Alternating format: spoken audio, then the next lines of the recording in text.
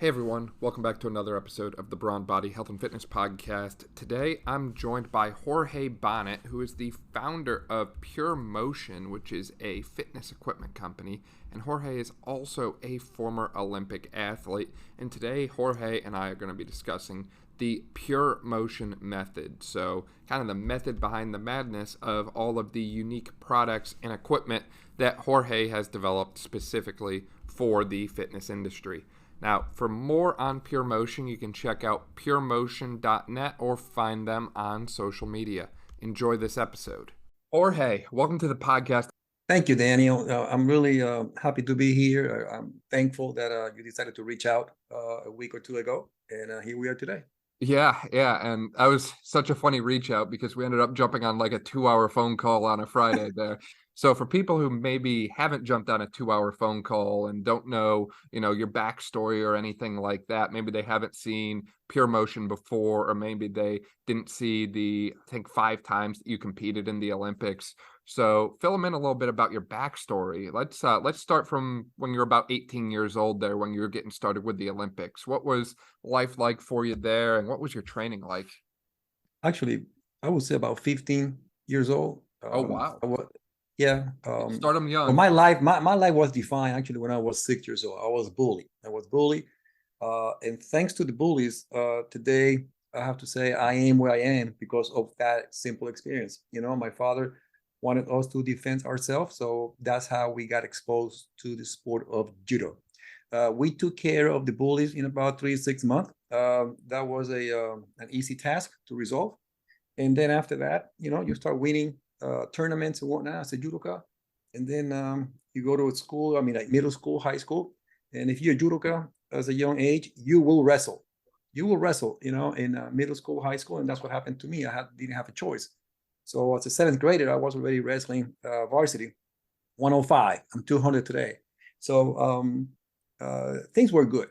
And when I was 15, I was invited to be part of the Puerto Rico national judo team. So put into perspective, I was 15 years old, but the average judoka from the any national team is around 23, 26 years old. So big gap, big difference. So that was an opportunity. And a choice. So I decided to take it. And at the beginning, it was very rough because here you are a newbie, you fresh meat, and the guy just wanted to pulverize you, and took about 6 months to see the light. And that day, I slammed the crap out of one of my teammates, and that day I knew that I was going to make it. So so I became a part of the national team. I was the number 1 seeded in my weight class. But if I was not competing, training, I was in the weight room. And what struck me early on during those days is the exercises and the lift that was required to do to be a better judoka, a better wrestler, a better athlete. I always question it. I say, well, that doesn't look what I do on the mat to be a better judoka. I never really saw the benefit of a back squat. I hate that bar behind my neck, to the point that today I have 2 herniated cervical discs, C6, C7, and I have a friend of mine, same age, in their 50s. They play high level sports in other sports, and it's not a coincidence that we all share that same injury. But there's no research that connect the barbell back squat with herniated cervical disc. It's funny. But anyway, and also the Olympic lift. I was introduced to the damn Olympic lift, and the argument was the same. This is how you develop power. And and again, I asked my Olympic lifting coach, Ramon, why I need to learn your sport to be better at my sport? It doesn't make any sense. After I spent 6 months just learning the snatch, and but the research supported all that.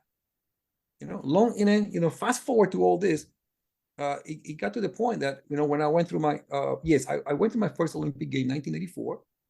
If the audience want to know, Jorge, but did you get strong? Yeah.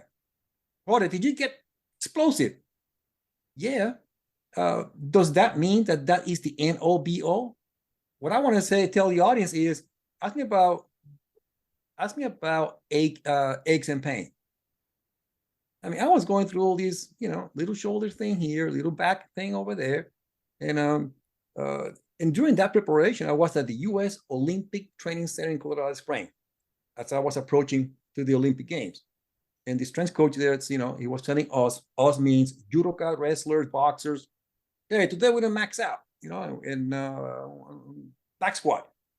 I had to, I maxed out at 415. Okay, boom! I hurt my back, and I'm thinking to myself, I have practice at 5 o'clock. The hell! So I told, the coach was happy. Jorge, you got it. And I say, it hurts. My back hurts. I said, go to PT, but you should be happy. You got a PR. I said, I don't give a shit. You mean to tell me you don't care that you lifted more when you're not going to be able to do your sport? That was not important to me at all. Yeah, I mean, yeah, just there's a little sense of accomplishment. Yep. I don't get measured by lifting dead weight on the platform. Well, as you mentioned, you're not a power lifter. You competed in judo. I'm not. I mean, do you need to be explosive? Do you need to develop, explosiveness? Do you need to develop force production, rate of force production? Absolutely. But back then, that is what we knew best. That is what our coaches knew in their heart was in the best interest of their athlete. That was 1983, 84. For God's sake, it's 2023. Why we keep doing the same shit?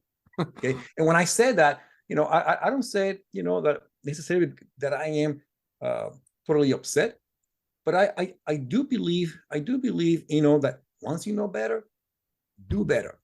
Okay. As strength coaches, our role, and I said as strength coaches because I am a certified strength and conditioning coach by the NSCA, who wrote the book. And I call that book the old playbook. And I'm going to explain, why I call it old playbook in a minute. But as strength coaches, one of our roles when it comes to develop force and rate of force production is to develop the famous triple extension: ankle, knees, and hip. Okay. Mm-hmm. So that is the reason why we incorporated those lifts back then, because coaches they did their own research through observation, and scientists you also use observation as a way to begin or question or formulate a hypothesis, and from there, they design their own research. So coaches didn't have that back in the 70s and 80s, but they realized that our athletes, they're athletic, but they need to get strong. So what they did, they look over the fence and ask themselves, who's strong? So there it was, powerlifter. Okay, they look strong. I'm not going to question that. Copy paste. Okay, and then they say, okay, now we were successful at that. Okay, now, but they need to get also explosive. Who is explosive? Well, repeat the same the same experience from last time. Go outside, over the fence, and who's explosive? Oh, there they are, Olympic lifters. Copy paste. Okay, without questioning. Okay, it was a reactive protocol. Okay, so then the coaches went one more step and said, okay, they need to get big. So who is big back then? Oh my God, look at Arnold Schwarzenegger. Copy paste. Okay, that is the roots or the origins of the strength and conditioning model that the NSCA adopted. Okay, it's a copy paste system, Daniel. And when you copy paste like that, you're going to copy the good and the bad. So visually, you copy the good. What you didn't copy, what you copied that you didn't know, is what I call the side effects. Because those lifts were designed to win on the platform, not to define or enhance athletic performance or longevity, for other physical tasks or athletic events. At that point, I realized that, I understand that we need to develop the triple extension, but those lifts, yes, they fulfill, force production, rate of force production, but there are some biomechanic flaws that doesn't make those lifts 100% joint friendly. And if I am bullshitting, I'm going to go back and refer to 1983 Al Girard. Al Girard is a powerlifter himself. If you don't know who is Al Girard, besides being a powerlifter, well, he is the reason why the hex bar exists or the trap bar exists. He designed it. He developed it. Is he a scientist with biomechanics? No. Why he invented the hex bar? Pain. Why? Because barbell deadlift was killing him. He didn't know why. He knew the pain was going to cripple him. So he realized, I said, wait a minute, if I change the load to the side, to the midline of my body, and I can perform that triple extension by keeping the load on the side of the body, I don't feel pain. I mean, I don't know why, but it feels good. It's the same movement pattern of carrying a kettlebell or dumbbells on each side of your arm. It's the same movement pattern. Guess what? That is the correct way to do a deadlift. That is an athletic or fitness deadlift. The barbell deadlift, that's a competitive deadlift versus athletic joint friendly deadlift. Okay? And that's not the only specialty bar that exists either, right? We have exactly, but that was the first specialty bar that was developed. The reason, because the barbell, the trap bar is joint friendly, from a biomechanics standpoint, it has to do with the concept of load placement, which is on the midline, and joint moment arm. Okay, where I maintain proper joint moment arm at the ankle, knees, and hip, but specifically at the knee and the hip through the entire range of motion. That's why the study, I think it's a Swenson study, 2012, in England, 2012. Okay, Al Girard invented the trap bar in 1985. Right, so it took 20, 30 years for us to catch up to it. For a researcher to say, yeah, you can lift more. You can lift more weight doing a trap bar deadlift than a barbell deadlift. I said, no shit. Finally, somebody said it, but he didn't explain why. Okay, he didn't explain why. He just said, he looked at the statistics and said you can lift, I think it was 50 kilograms or 50 pounds more, on a trap bar than a barbell deadlift. But he failed. And I don't know if it was intentionally or unintentionally, not to say why. But imagine if he would say why. We go back to the concept of moment arm. Imagine the impact of barbell sales around the world. It would have been negatively impacted. But guess what? The sale of trap bar would have been positively impacted. Right. It's a simple fix. Okay, from going from a competitive lift to a more of an athletic, joint friendly lift. Okay, that's not the only example. I mean, power lifters themselves, again, they know what I'm talking about, because they are the one that also invented, or they went from the barbell bench press to the multi-grip football or Swiss bar chest press. Why? Pain. They switch it, and what are we doing so far? We have changed the grip from the barbell deadlift overhand to neutral on the trap bar.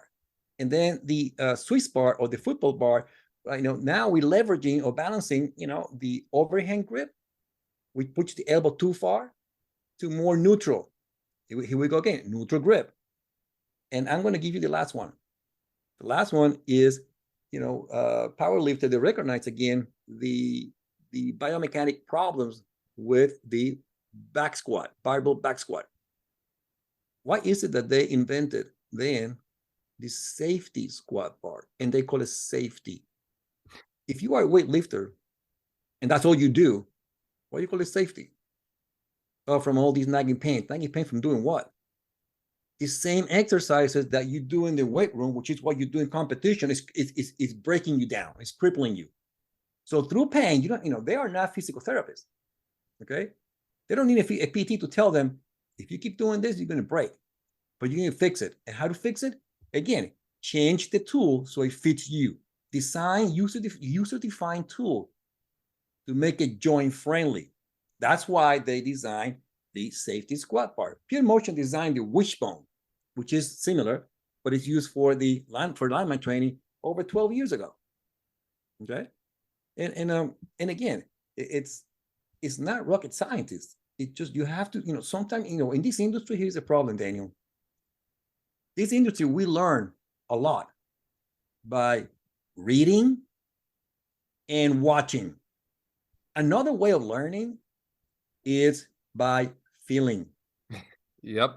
And how many people are actually, doing the things that they preach about on a day-to-day basis, right? Like a shitload. I see a lot of so-called fitness professional, and I'm not going to mention name here, but I see a lot of fitness, quote unquote, experts, a lot of physical therapists with a huge following, on the internet. And take a close look. They don't show. They use a model. They don't do the movement. They show a model. They talk sexy. Well, they talk anatomically sexy by using all this lingo, all these words, all these phrases that they sound very convincing to a young guy that wants to be a trainer or athletic trainer or a physical therapist. I always make the analogy of a lawyer. You need to hire a lawyer. You got, you have a case, and then, this lawyer talked to you so, eloquent. He sounds so eloquent that you said, man, this guy is an expert. He might be a bullshitter, but you don't know better. So you hire him or you hire her. Mm-hmm. You see, and that happens every time, all the time in this industry. So right. We end up using like very odd terminology, I'll say, to almost market or sell ourselves in a way, right? So we'll come up with some explanation of like, well, you have increased lordosis here, increased kyphosis here, this muscle isn't firing, which if you want to get me on a soapbox, have me or have someone come into me and tell me their glutes aren't firing. It's like, well, you walked in here, so your glutes are working. There's so many different things that the industry and profession in the health and fitness space is using to sell services, when in reality it's not actually like what we think it is. So you mentioned about the barbells, such as the safety squat bar, the multi-grip barbell, and how it's literally not necessarily a safety squat, it's literally just a mechanically correct squat. And you also mentioned that everything, the hex bar, the safety squat bar, and the multi-grip barbell all use a more neutral grip. Why is it that a neutral grip or a more neutral alignment would be more joint friendly, or why might that feel better to, someone using one of those bars? Well, the easiest answer is for you to feel it, but if you stand, you're standing and you relax your arms, relax your hands, if you look at yourself in the mirror, you see your palm facing your legs. Okay, that's neutral right there. And if you elevate your arms in a shoulder flexion, notice that your hands, but naturally keeps a neutral grip. Okay, but I want to go to in a slightly different direction, just to make sure the message is communicated, to a way that it makes sense, because I don't want to go and pick details. Okay, I want to give you the reason why I identify all these challenges, problems. Okay. Yep. And so our audience can understand the why behind it, the why, the reason why PurMotion was not just created in an isolated island. Okay, is a ramification of what I call the old playbook. The old playbook, like I say, is a copy-paste system, and was reactive. As as there was a need, we added, and that's how the book it's been written. Okay, so the model today is like this. It's a loop. So you go into the gym, or the high school or college, whatever, and you train. Okay, and you get strong, you get big, you get strong, you get faster, you explode, you get all that. But then the naggy pain start popping. So the coach says, go to PT, and then you go to PT, and PT, what they do, they treat the symptoms.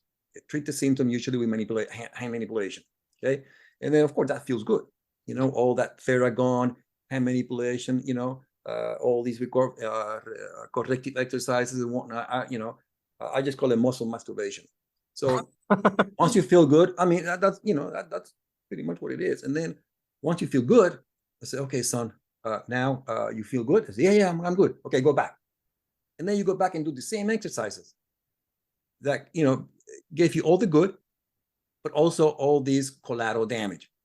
So you stay in this loop, but because you're young, you are in your 14, 15, you go to high school, you go to college, you can overcome all those nagging pains and collateral damage. But let me tell you, you ready put your body in this, with generating all these chronic injuries that you think that's normal, that's soreness.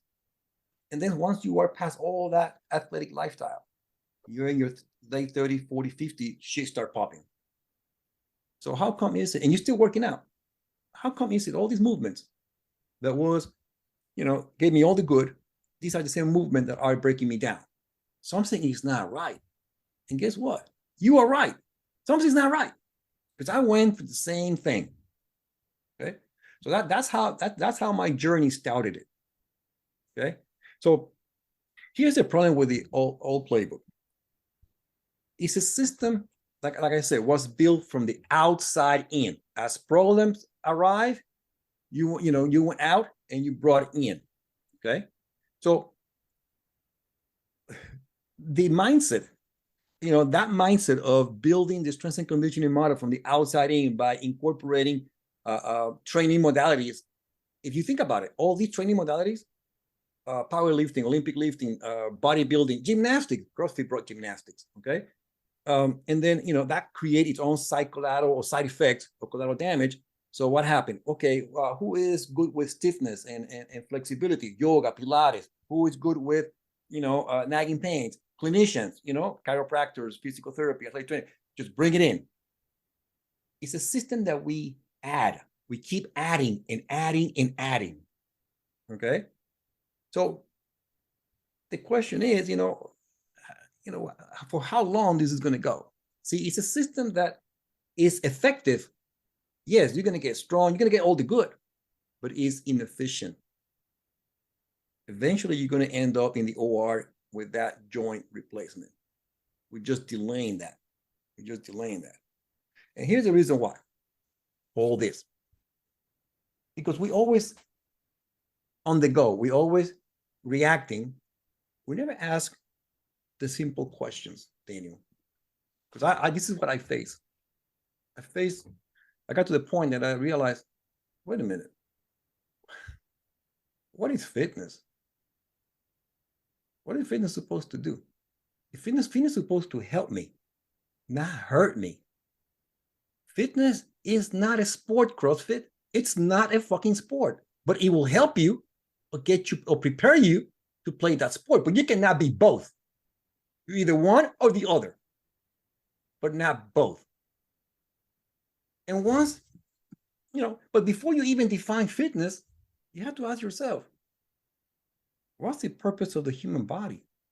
Yeah, I was going to say, as we were talking about this last week, at first I was thinking, the human body is meant to move. But then you were talking and it's like, it's not just movement. It's movement with a purpose or a reason, because movement we don't have control over. Passive movement, that's actually a big injury risk, right? If we can't control something, but it moves in a certain way, then something anatomically is going to have to take that force. Something is going to have to accept that force. So it becomes movement with a purpose.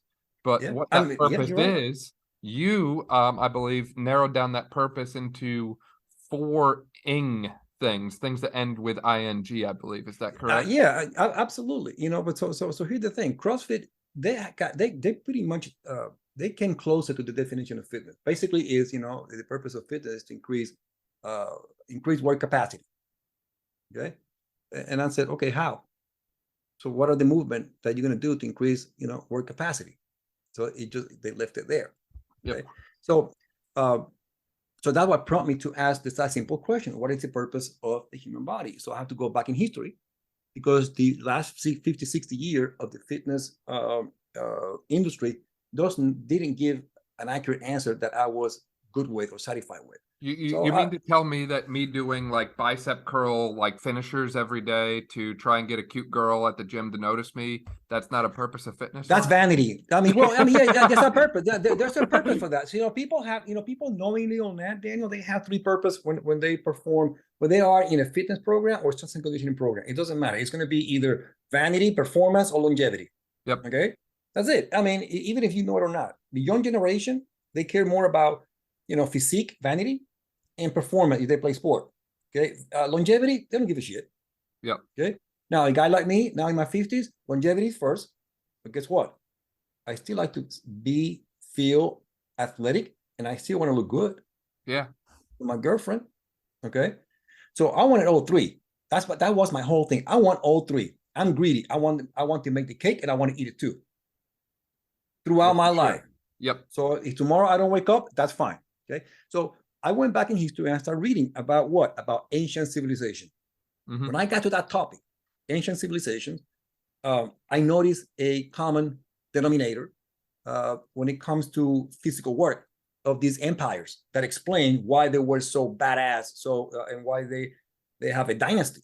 I'm talking about the first Chinese Empire, Mongolian, Aztec, Mayas, Greeks, Egyptians, Romans, Spaniards, you name it. Okay, some of these empires, they fought each other every day. Some never even, they never knew the existence of the other. Okay, but I noticed that they had three foundational physical tasks that explain why they were so successful: lifting, fighting, sprinting, dancing. Lifting, odd object, heavy object, to build structures. Okay, not to lift a barbell inside a rack. Okay, that's what I call purpose. Bridges, home, castles, walls. Okay, purpose-based physical tasks, lifting, fighting. Okay, fighting, whatever tools they use, I don't care. How they perform those fights, how they move their body to win battles, not one time, not for a month, for centuries, needed to be amazing. Okay, sprinting means any kind of locomotive gait motion from moving the masses to a new territory, or to fight, or to run away from danger. And once you were successful at any of those three, okay, or all three, lifting, fighting, sprinting, dancing, what do you do? I mean, lifting, fighting, sprinting, what do? You celebrate. How? Dance. But dancing is also a great moment to find your mate. But dancing in our world today is what? SAC, speed, agility, quickness, quick feet. And if you think about it, those four foundational physical tasks, lifting, fighting, sprinting, dancing, is performed how? On your feet. On your feet. So at that moment, that's when, I was so excited. I was in my office. I was just jumping like a little kid in Walt Disney. I said, got it. This is the reason why we evolved this way. That's why we have this head, trunk, arms, legs, okay, to perform these foundational physical tasks. So the movement that we do at PurMotion are founded to support those four foundational physical tasks. Now, That is powerful. That makes sense. Okay. Now I don't need movement or exercises that people do on a platform to win, to build strength, power, speed, and athleticism for my athletic task, or tactical or industrial physical task needs or requirement. Okay, so and the other thing is that, I mean, I don't need to abide to the equipment, the tool, for me to adapt to. Okay, I want the equipment, the tool, to adapt to me. So once I went through all this revelation, I guess, I came up with the PurMotion method is I like to use mathematical models, okay, mathematical equation, okay. So to keep it simple, because I don't like to carry a book under my arm. I like to keep things very simple. So the PurMotion method, taking this little story, was founded on the following, 4 basic principles. Number 1 is, you need to define the movement, and the movement, it needs to be, number 1, Number one, first and foremost, joint friendly. Okay. What kind of movement? Well, we know that now. Push, pull, rotation, gate motion, okay, squat pattern. I don't care if it's a hip hinge or knee, or knee dominant, but I put those in that one category. The squat pattern and complexes, a combination of any of those five that I just mentioned to you. The 5R: push, pull, rotation, locomotion, and gate change. Okay, so but now you can perform those movements in any type. You can use any type of load, meaning bilateral, unilateral, or alternating. Okay. Number three, well, if you define load, you also, if you have load, you also need to have what? Direction. So I'm going to perform these movements using different loads, but also using varied direction. The direction could be linear, in the fitness, strength and conditioning world, even in the clinic physical therapy world, we call it vertical, horizontal. If it's linear, okay. I'm talking about force vector. Okay. Remember, force vector has two variables: magnitude, which is the load, how heavy it is, how light it is. But the variable that is underrated, that we hardly even talk about, is the direction. And both are equally important. It's not that just load, but the old playbook focused so much on, getting strong, getting explosive. See what I'm saying? Getting big. So the number, they put so much emphasis. It's the load, the magnitude is overrated.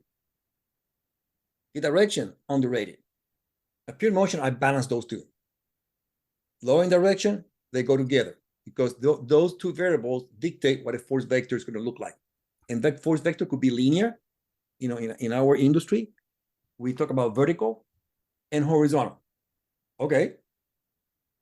What about diagonal? Because there is diagonal.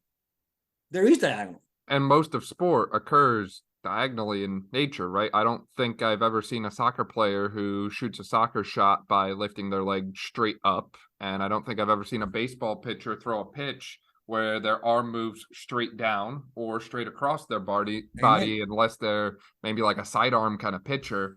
Everyone throws over the top or three quarters. Like there's a diagonal component to the force that they're putting on the ball.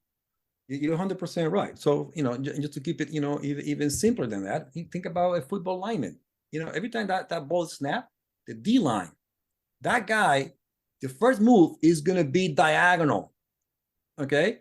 So if you look from the side, basically what, to produce that diagonal force, there's two other forces, that natural forces that occur for he to overcome so he can perform that first movement.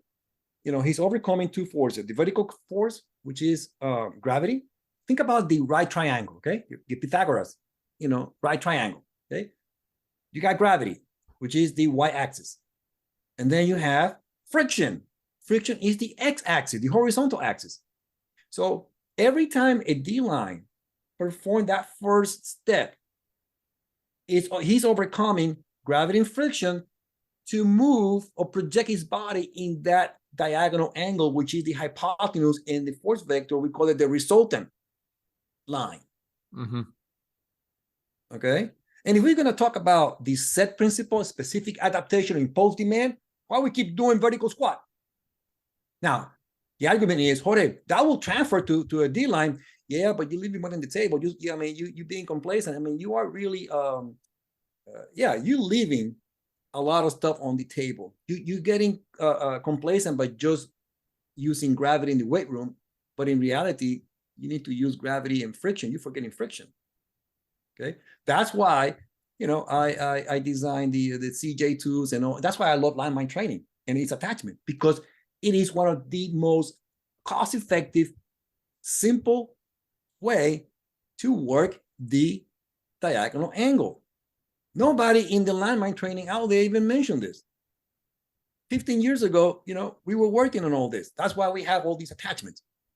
Okay. And the CJ2 kind of reflect that bilateral, motion to do those presses. Again, there's more to it. Okay. But again, when it comes to force vectors, we have horizontal, vertical, horizontal, and diagonal. Diagonal can also have different, it could be diagonal ascending, descending. It's a shitload. But then, as related to direction, not only the force line can be linear, but going back to your baseball example, can be also angular. Okay, you guys know, you guys can relate to that when we talk about the concept of rotation. But rotation itself doesn't give you the whole story. In the fitness and physical therapy world, we talk about rotation. What do we think? We think about Russian twist. We think about all this med ball stuff, throwing against the wall. I used to do that. Why don't do it? Because, there's better way to do it. Okay, there's more efficient ways than throwing the ball against the wall. Okay, but we're not going to get into that today. Okay, the Palov press. Palov press is 1 point in the whole circle. What are you going to train the whole? What are you? Is I supposed to work 1 point in the circle, which is the Palov press? Why don't you think about angular displacement, which is rotate, but keep the tension as constant as possible, at least for a quarter turn. Okay, where not only you are working tension using angular motion, but you also train your body to actually rotate. With the Palov press, you cannot rotate. You just training, it's an iso hold, and the claim could be maybe this athlete is coming from an injury or whatnot, and you just start right there. Okay, but if you're going to progress it, I like dynamic movement and performing rotational strength on your feet, where you can perform different angular motion, or think about I call it orbits. Okay, now let me give you an analogy. You love analogy. I do.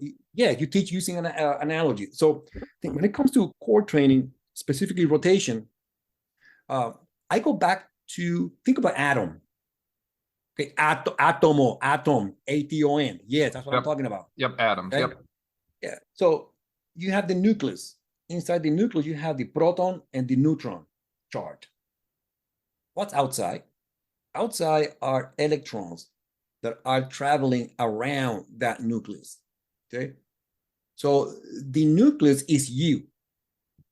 And imagine performing a baseball throw.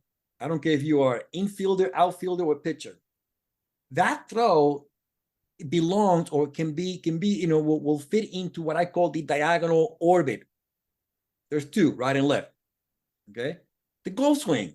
The golf swing is again, it's an orbital angular movement, but the orbit in this particular movement is lateral.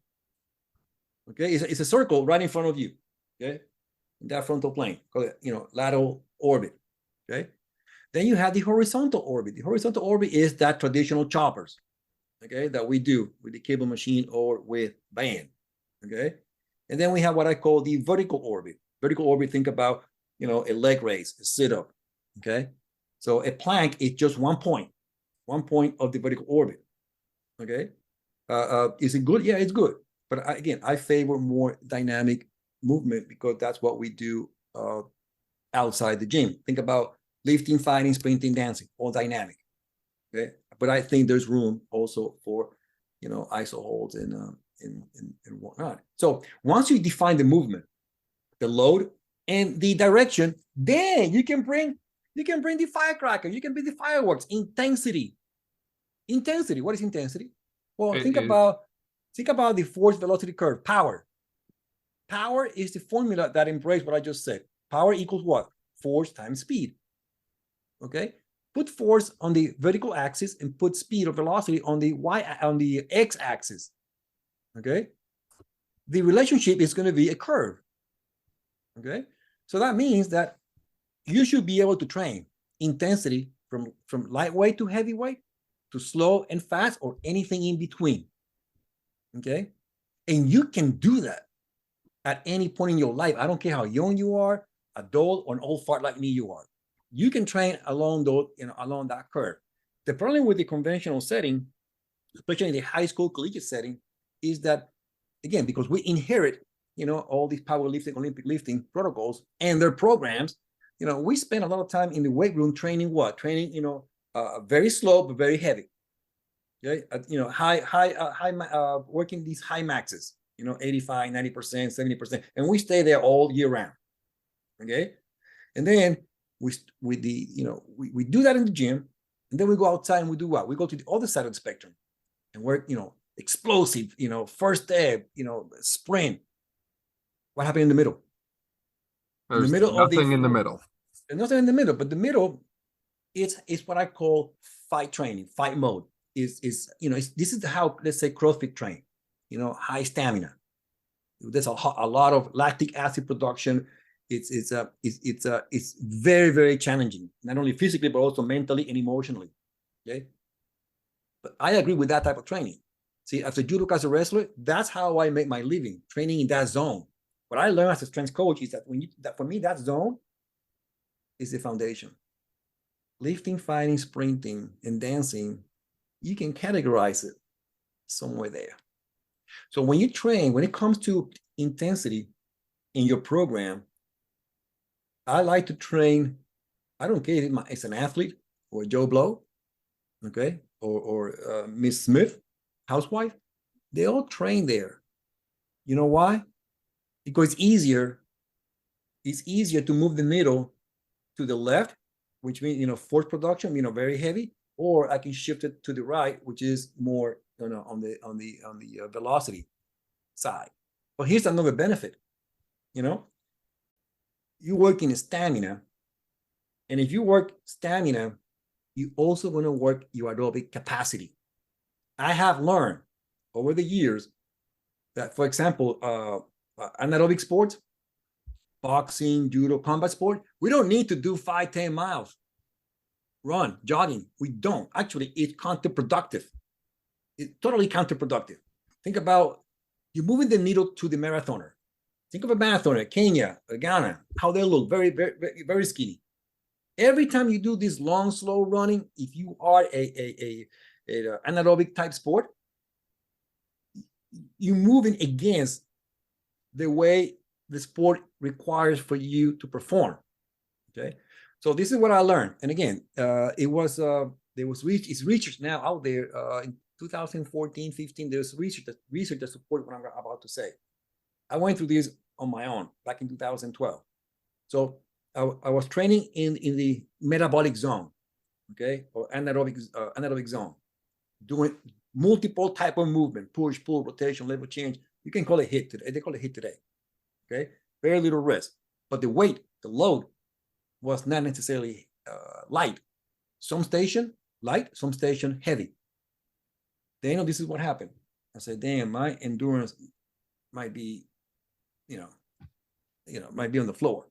So I went to the local gym. I got on the treadmill, and my benchmark for me always been 1.5 miles. Okay, so judoka, we used to run 1.5 miles, 2 miles, stop. Okay, that particular day, actually, I did 2 miles. What happened that day? I thought it was a fluke, and I repeated again. I usually average. I'm a bad runner. I usually average 8 minutes a mile. Okay, 7:30, but let's say 8 minutes a mile. Okay, that day I averaged 14, which is 7 minutes a mile. I said, wow, well, I feel good. So I'll do it again. So I came back 2 weeks later. I went down again to 12, 6 minutes a mile. What's going on here?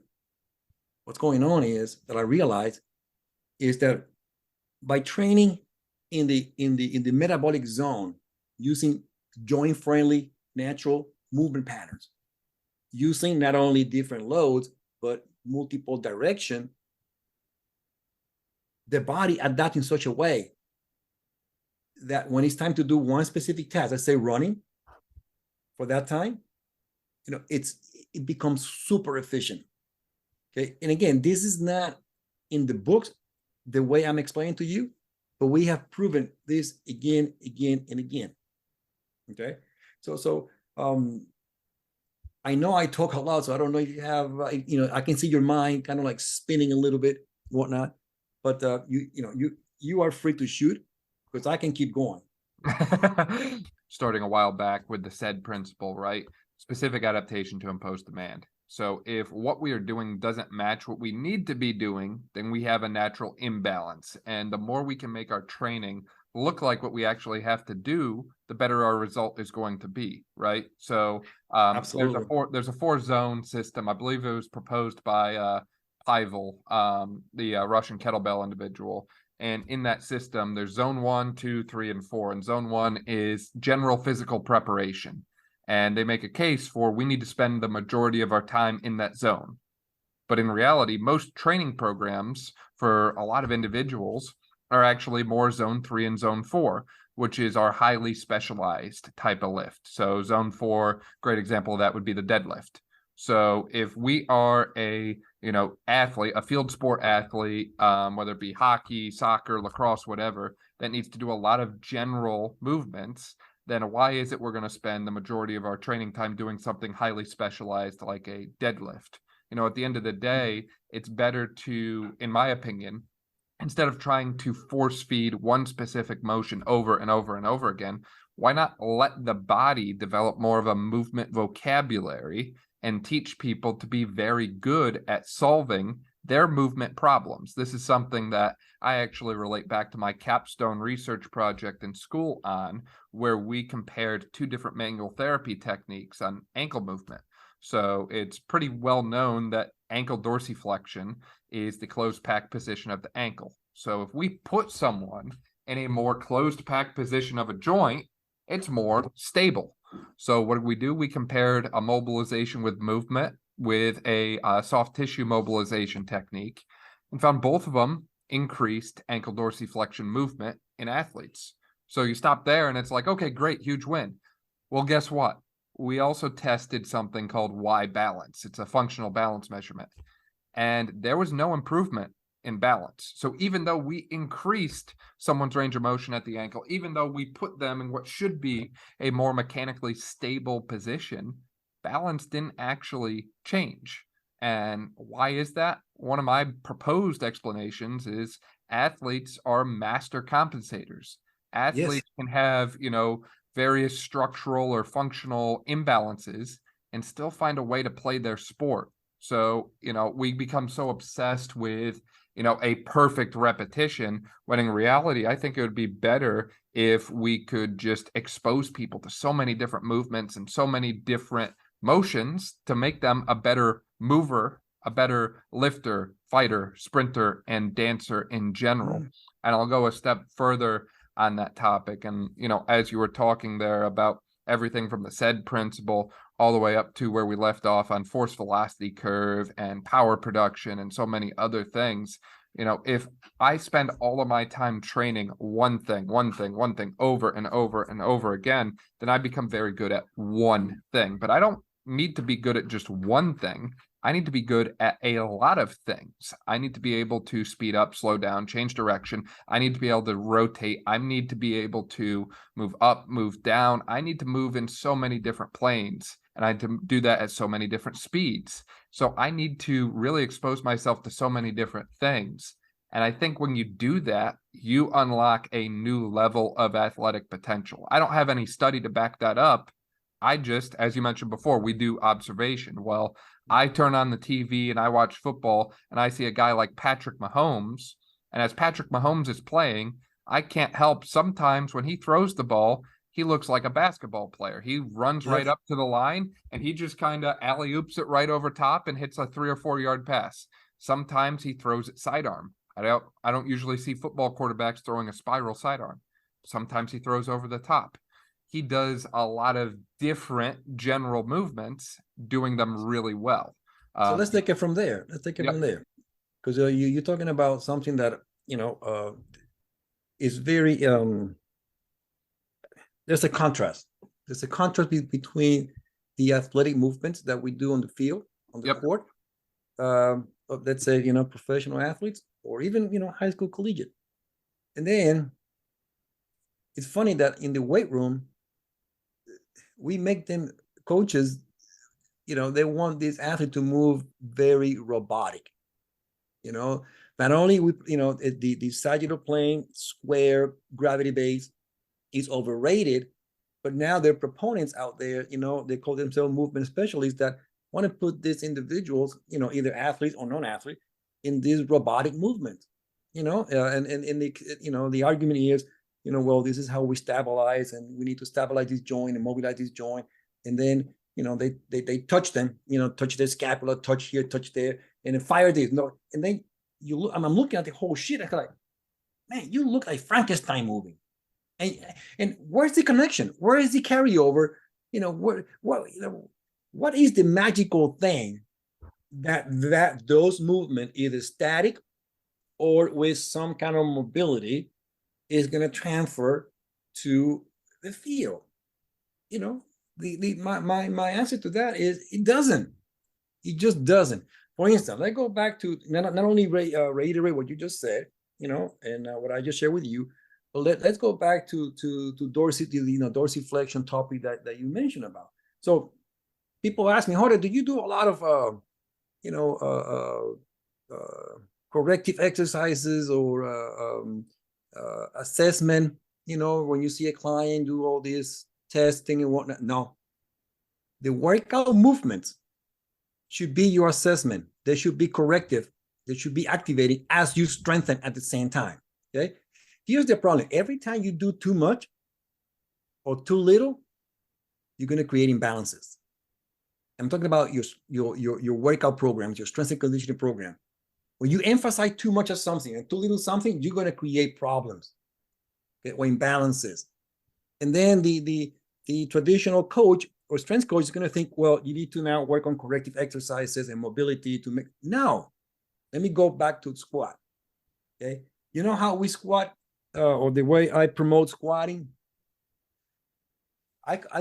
We squat using ankle joint function. Okay, I use squat. I do the traditional neutral, ankle squat, like traditional body weight squat or trap bar deadlift. It's a squat pattern, but that's not it. If I want to make sure that I'm going to, be using magnitude, load, and direction, okay, the direction is vertical, okay. Well, we also squat or create a squat pattern using a diagonal angle, putting the individual in dorsiflexion. Okay, that's why we do the wishbone, for instance. Okay,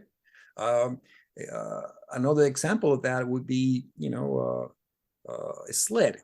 This locomotive, but it's a squat pattern. There's triple extension, ankle, knees, and hip, and it's dorsiflexion. Okay, see, our squat pattern, I don't take it from barbell squat. I'll take it from the natural box jump, broad jump. That is the natural, squat pattern. So I take that natural body weight movement, understand the biomechanics, and apply the load without affecting biomechanics. Okay. Then another way of squatting is in plantar flexion. Okay. Think about hack squat. Okay, in a machine or using a body weight, suspension device. Okay, but there are ways that you can perform a squat pattern in plantar flexion.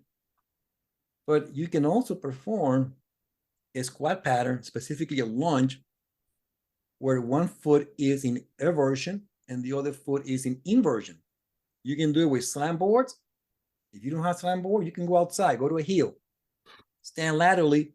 See, the slope of the hill, okay, will give you, within the slope of the hill, you go outside today, look at a hill, and you can train. You can do a squat pattern in dorsiflexion. I call it the jockey squat. You ever seen horse racing? Look at those jockeys. Okay, they do a squat. They squat to win races in dorsiflexion. Okay, that would be facing up the hill. If you face down the hill, you're gonna do a squat in plantar flexion. If you're gonna do it laterally in a split lunge, the front foot is gonna be in eversion and the back foot is gonna be in inversion. Balance your strength. See, leave no gaps.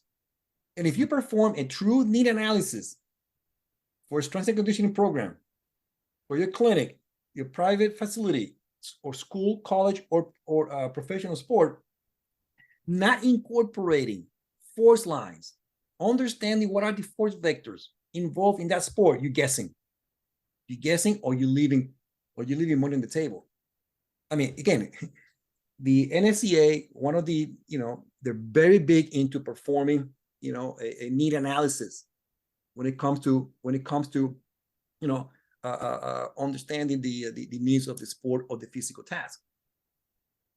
But when do you see in that need analysis the inclusion of force lines? Is one of the most underrated variables of training that we don't use.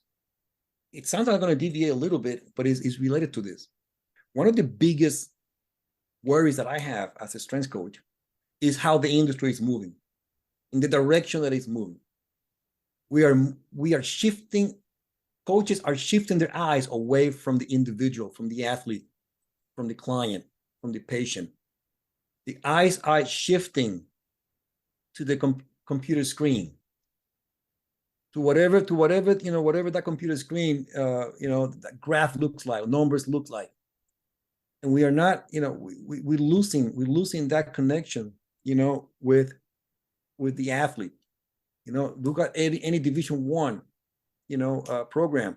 Now they have this force velocity curve, or this screen above the power rack. Coaches are not looking anymore about the individuals. They're looking at the computer screen. Am I against technology? No. What I'm against is this: science will never replace the art of coaching. Science can support the art of coaching. It's two different things. And the reason why I'm very firm about this is because there's a difference between Draco, which is that Rocky movie, Draco and Rocky. See, Draco wants to behave like a robot. Rocky behaved like a human being, like a true athlete with a soul. If we were machines, robots, then we don't need coaches. We just need the computers.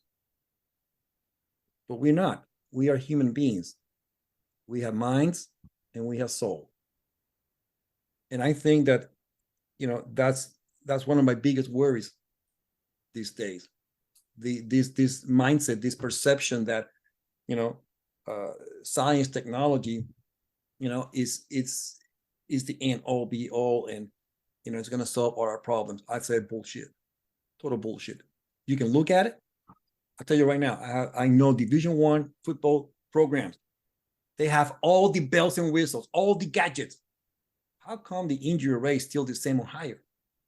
What are you measuring? Yeah. And here's the thing.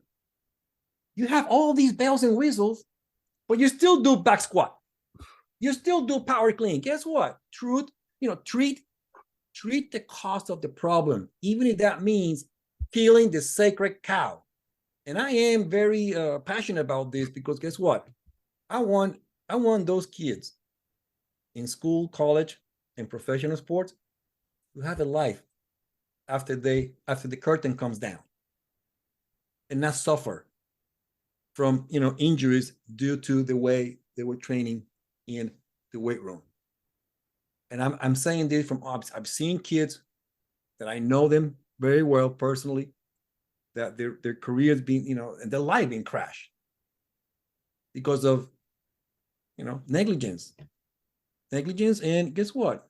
For me, it's a crime as a strength coach when your kids are injured in the weight room. But in school, they can get away with it. They're protected. If that happened in my place, I get sued. So my point is, there's a better way. There's a better way where you can make the cake and you can eat it. You can look good, you can perform, and you can live long without self-inflicted injuries in the weight room. Again, fitness is supposed to help you, not hurt you. And if it's hurting you and you're going to get treated, something is wrong with your program. Injury rates are sky high, and we need to do more to reduce them. And at the end of the day, numbers, yeah, sure, numbers aren't going to lie, but numbers never tell the full story, because maybe someone can put up a great squat on a tendo unit or something like that, but there's a way to cheat a tendo unit and make it look like you're moving it quicker than you actually are if you're, smart about it. There's ways that you can kind of fudge the numbers, and the numbers won't actually tell the whole story because you're not looking at what the athlete is doing. So you have to always keep your eyes on the athlete. And what happens in a case where the numbers look good, but the athlete doesn't feel good, or the athlete is just like, yeah, I don't feel as strong as someone else, or I don't feel like I move as well as my competition. I don't feel like I'm where I need to be, even though the numbers might show, hey, they are. Numbers don't tell the full story, and you have to ultimately, at the end of the day, be able to look at how someone moves and say, is this person moving like the other athletes they're going to be playing with or playing against? Because maybe they're strong in the gym, but they don't move well on the field. So at that point, you might have to change what you do in the gym, because ultimately your goal is to not make lifters. Your goal should be to make athletes, if that's who you're working with. If you're working with a bodybuilder, yeah, by all means, load them up, hack squat, leg press, leg extension, leg curl. That's what they need. If you're working with a power lifter, spend, half an hour each session doing deadlift, half an hour doing bench. That's what they need.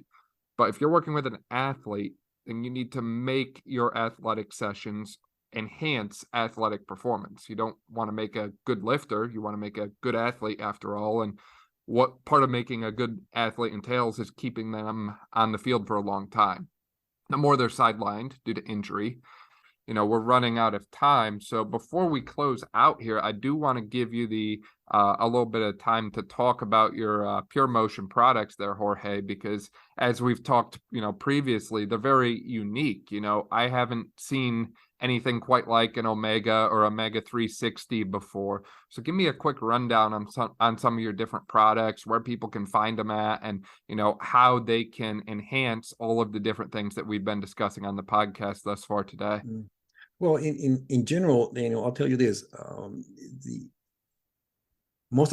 actually all my products are based on on those 4 foundational physical tasks: lifting, fighting, sprinting, dancing. And if you look especially into lifting construction, it comes down to these tools.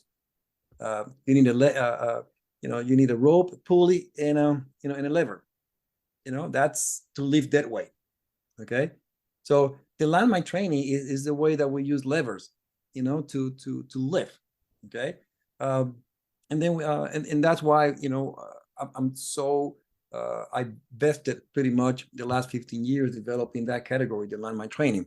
That's one of it. And then we have 7. I believe that we have 7. We're the only company in the world that we have 7 landmine attachment, from the wishbone, which is, well, the landmine category, the accessory category is divided in 2 parts. Accessories that you can perform bilateral movement, and the other is unilateral. Okay? On the bilateral is the wishbone, where the load can be the same on both sides as you perform squat patterns, and the CJ or CJ2, which is a bilateral movement simulating, for example, a traditional hex bar deadlift, but you can also perform angle variations of it. We call it for example, the sprinter squat, the ski jump, and others. But the whole idea is to keep it all 100% joint friendly. And then we have unilateral movements that we do, and the accessories that support it, which is the war hammers. We have a short war hammer, a long war hammer. The difference is, with the long war hammer, you can do push pull, but more important, squat pattern, keeping the load on one side. And then we have the war hammer, it's a short handle. That it was designed mostly for push pull and explosive Olympic lift derivatives, like the one that we invented, which is the one arm pull to press. Nobody knows that, but that's true. And again, we explain all these movements. We have tutorials, that goes in detail as relate to footprint, handprint, and body alignment. And then when it comes to angular motion, that's why we had the Omega. The Omega was the first generation. And the reason why, the Omega was to improve your handprint as opposed to just hold the bar. It was okay, but once you find better, do better. So the Omega came about, and then recently we came up with the Omega cousin, which is the Omega 360, which allow for better cylindrical motion or rotation as relate to the shoulder, hip, and back foot. That cylindrical motion. With the Omega 360, I would say improve from 90% with Omega to 100%, mostly in the lumbar region. The lumbar region, by keeping those lumbar vertebrae in without in neutral alignment, as opposed to create some potential torsion that's not desirable. When it comes to pulley systems and whatnot, I developed again about 15 years ago what is called the AirFit. The AirFit. It's a system of pulley and ropes and multiple attachment that you can hold onto, using slings or handles, that you can do a lot of body weight movement patterns, from push, pull, rotation, again in lower body. But not only not only has a body weight application, it also work as a cable attachment and sled attachment. Okay? If I'm a personal trainer or strength coach, I want versatility. Okay. it's like the best tool, for me, it's one of the best tools ever designed. And then we have specialty core bars, from the core 12, and they go from very little core 12 bar to perform again rotational angular motion for like choppers in diagonal orbital patterns to the core 36. By the way, the core 36 is the same bar that the Gray Cook guy had, which is because we make that for him. He doesn't know that, but we manufacture that for him. Yeah. But if you look at the way Gray Cook Institute used the core bar and the way we use it, like day and night. Okay.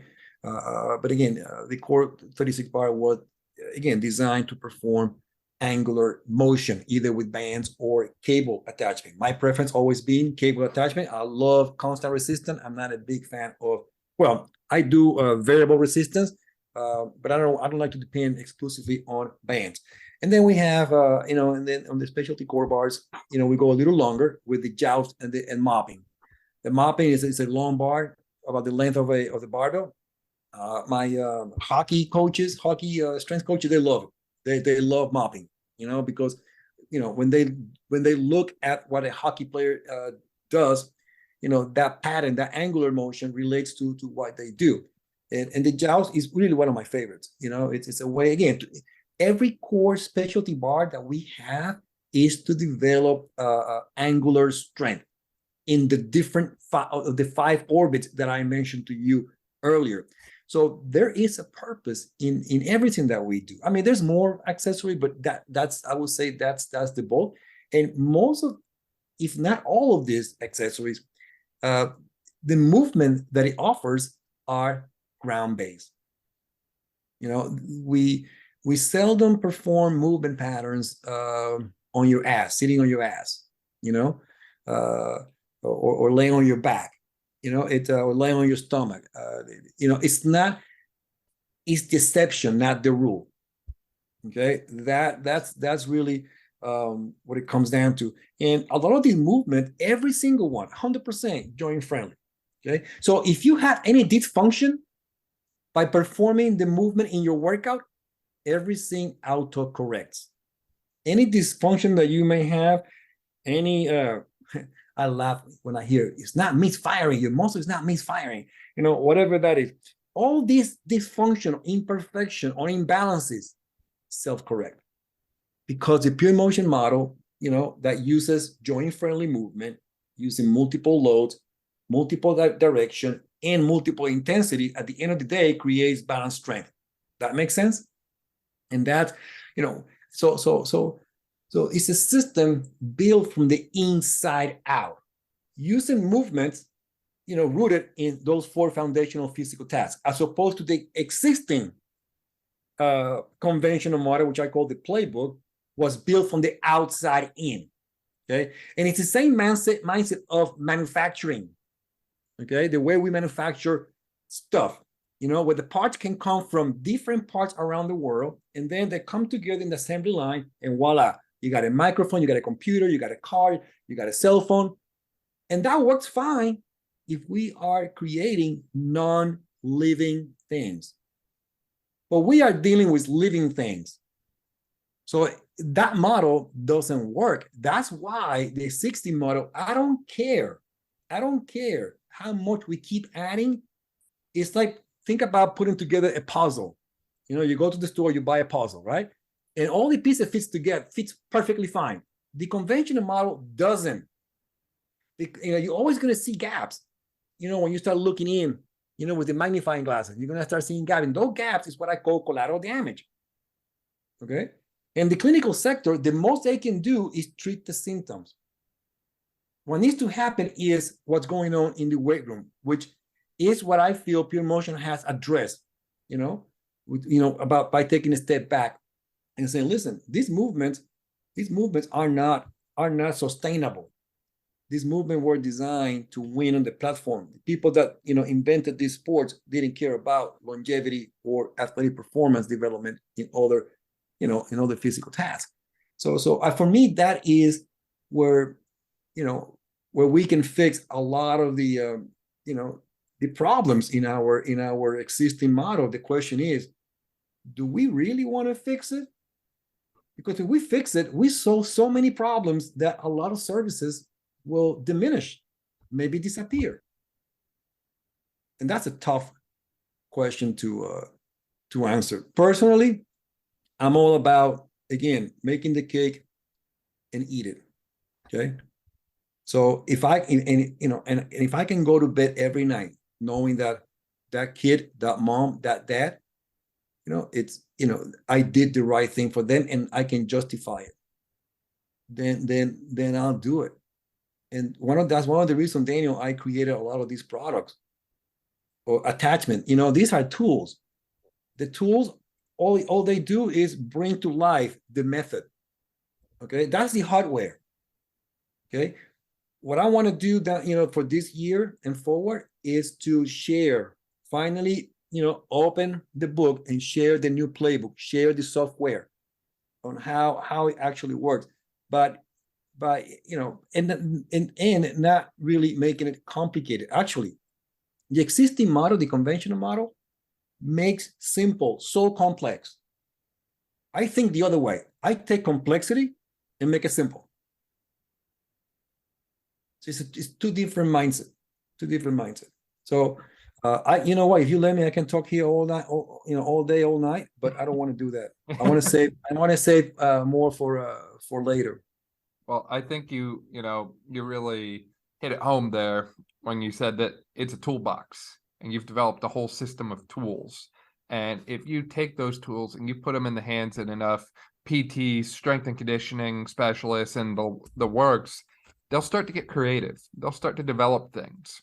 And ultimately, that's what we need right now. We need a bigger toolbox, right? Mm-hmm. One barbell alone is not necessarily the answer to everything. Yeah, you can do a lot, but if you expand your toolbox, then you'll be able to do so much more. And the thing is, if the only tool you have in your toolbox is a hammer, every problem you run into is going to look like a nail. So as long as the tool adapts to you, bring it. Yep. If it's redundant or it doesn't adapt to you, throw it away. But that's another thing, Daniel. There's a lot of tools out there that are just redundant. And trainers and clinicians, they work very hard to earn a living, and this is another topic, but how do they know who is legitimate, with what he or she has to offer with what I call posers. There's so many posers out there, selling you what I call quacks, selling you these gadgets, with these claims. And if you don't have a model to go by, a system, a method to go by, you don't know if what you are listening or watching, if it's legit or not. And I see a lot of young trainers. I was a victim of that, or going to these, conferences, and this is how it works. You have the presenter, and then, he or she presents this gadget and do a lot of stuff with the gadget. And who is behind? The distributors, selling the gadget at a discount. And you get so excited, you get emotional, and then at the end, you pull your credit card that is almost maxed out, and you buy the gadget. And then you go home and say, okay, well, and time passes, and you realize I really didn't need it. So understanding, how justifying your toolbox. That's another way of saying it. Justify your toolbox, why you have it. You say user defined. Yes, keep it. Okay. Is it redundant? Yeah, throw it away. Or if you can, sell it. Okay. Because people ask me, why you don't have kettlebells? I don't use it. I don't need it. I use dumbbells. I get more out of dumbbells than kettlebells. Does that mean that kettlebells are bad? No. As long as you can justify it, use it. Okay. But again, you have to understand where kettlebells can come from, when, why it happened. Just because Russians do it, do I need to do it? No, I don't. I'm Puerto Rican and I have a choice to use it or not. Yep. You see what I'm saying? Yep. 100%. Jorge, as we wrap up here, where can people find out more about you, PurMotion, website, social media links? Where are you at? You can find us at PurMotion.net, Instagram, PurMotion, on PurMotion Official. We are on Facebook, even though I don't do a great job there. And I can't keep up Twitter, and I don't do it. I don't do TikTok. So I should, I get, but I don't. So those are the main three. I Pure was gonna motion, say, dancing was one of your four core things there. So I figured you'd be dancing on TikTok here before long, Jorge. I've been told about it, but honestly, Daniel, we are a very small family, and we are very passionate about education, creating services, product with purpose, and if there's an area that my Achilles tendon always been the marketing part, because I mean, um, I'm not saying it's needed. It's definitely, I always needed to work on that. Even though we're getting better, but we always can do better. But it's personally, as I'm aging, it's hard for me to keep up with all this technology, especially social media. But yeah, PurMotion.net, PurMotion official on Instagram, Facebook, also PurMotion. I'm very easy to reach out. If you go to the website, Daniel, you testament of that. You send me an email. There's a number there too. You can reach out. So those are the best channels. And if I don't respond like right away, just be patient. But I usually do. Yeah, definitely. And we'll link to all of that below in the description. So if you missed any of that, you can just click there and check out everything PurMotion has to offer. And we should have a unique discount code too. So if you do want to start, getting your hands on any of the different pieces of equipment that Jorge and his team at PurMotion have developed, you'll be able to get them at a slightly lower price. Jorge, as always, it is such a pleasure to talk with you. You are a wealth of knowledge and information, and you are a true, I'll call it a true rebel in the field of strength and conditioning, who's not settling for good enough and constantly working to push the industry forward in a new direction. I really appreciate your time and everything you've shared with us today. Thank you, Daniel, and thank you for the opportunity, and look forward to keep working with you. Thank you so much for listening to this episode of the Brawn Body Health and Fitness Podcast. If you liked this episode, please make sure to share it with a friend, subscribe so you don't miss any of our upcoming episodes, and leave a review. This way we can spread knowledge and motivation and help reach more people. Thank you again for listening, and I'll see you next time.